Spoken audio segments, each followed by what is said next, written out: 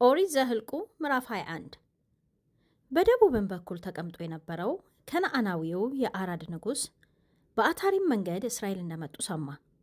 ከእስራኤልም ጋር ሰልፍ አደረገ፣ ከእነርሱም ምርኮ ማረከ። እስራኤልም ለእግዚአብሔር እነዚህን አሳልፈ በእጄ ብትሰጣቸው ከተሞቻቸውን እርም ብዬ አጠፋለሁ ብሎ ስእለትን ተሳለ። እግዚአብሔርም የእስራኤልን ድምፅ ሰማ፣ ከነዓናውያንንም አሳልፎ ሰጣቸው። እነርሱንም ከተሞቻቸውንም እርም ብለው አጠፉ። የዚያንም ስፍራ ስም ሄርማ ብለው ጠሩት።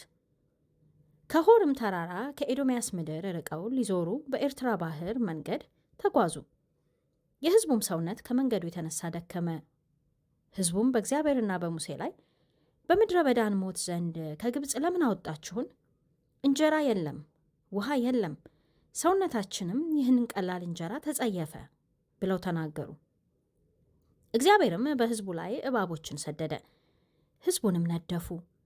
ከእስራኤልም ብዙ ሰዎች ሞቱ።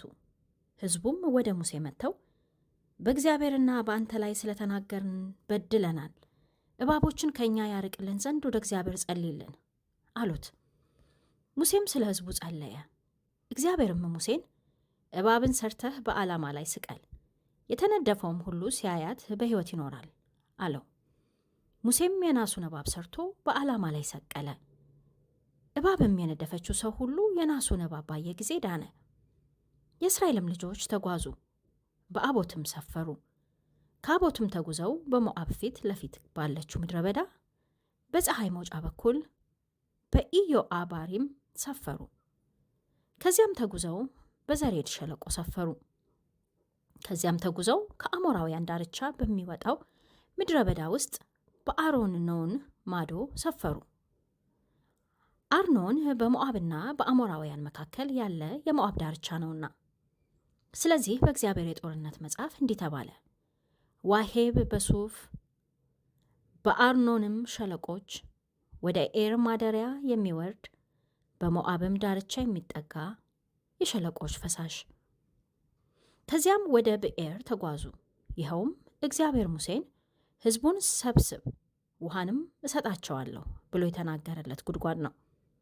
በዚያም ጊዜ እስራኤል ይህንን መዝሙር ዘመረ። አንተ ምንጭ ሆይ ፍለቅ፣ እናንተ ዘምሩለት፣ በበትረ መንግሥት በበትራቸውም የሕዝብም አዛውንቶች ያጎደጎዱት አለቆችም የቆፈሩት ጉድጓድ። ከምድረ በዳም ወደ መቴና ተጓዙ።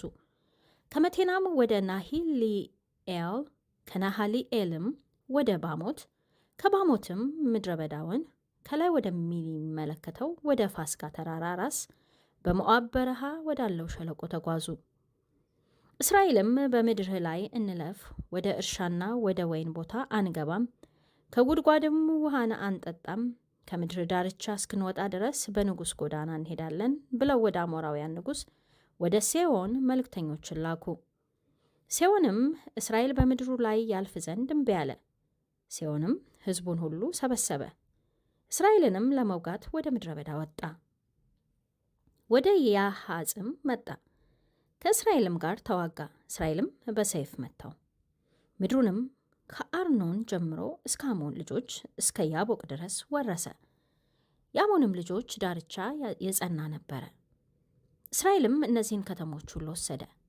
እስራኤልም በአሞራውያን ከተሞች ሁሉ በሐሴቦንና በመንደሮቹ ሁሉ ተቀመጠ። ሐሴቦንም የአሞራውያን ንጉሥ የሴዎን ከተማ ነበረ። እርሱም የፊተኛውን የሞዓብን ንጉሥ ወግቶ እስከ አርኖን ድረስ ምድሩን ሁሉ ከእጁ ወስዶ ነበረ።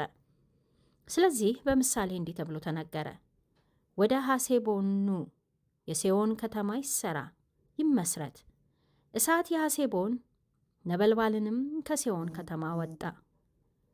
የሞዓብን ኤር የአርኖንን ተራራ አለቆች በላ። ሞዓብ ሆይ ወዮልህ! የክሞስ ሕዝብ ሆይ ጠፋ! ወንዶች ልጆቹን ለሽሽት ሴቶች ልጆቹንም ለምርኮ ለአሞራውያን ንጉሥ ለሴዎን ሰጠ። ገተር ናቸው፣ ከሐሴቦን እስከ ዴቦን ድረስ ጠፉ። ኖፋም እስኪደርሱ እስከ ሜድባ አፈረስ ናቸው። እስራኤልም እንደዚህ በአሞራውያን ምድር ተቀመጡ። ሙሴም ሰላዮችን ወደ ኢያዜር ሰደደ። መንደሮቿንም ወሰዱ። በዚያም የነበሩትን አሞራውያን አባረሩ። ተመልሰውም በባሳን መንገድ መጡ። የባሳንም ንጉሥ አግ ከሕዝቡ ጋር ሁሉ ጋር በኤድራይ ይወጋቸው ዘንድ ወጣ። እግዚአብሔርም ሙሴን እርሱንና ሕዝቡን ሁሉ ምድሪቱንም አሳልፌ በእጅ ሰጥቻለሁና አትፍራው፣ በሐሴቦንም በተቀመጠው በአሞራውያን ንጉሥ በሴዎን እንዳደረግህ እንዲሁ ታደርግበታለህ አለው።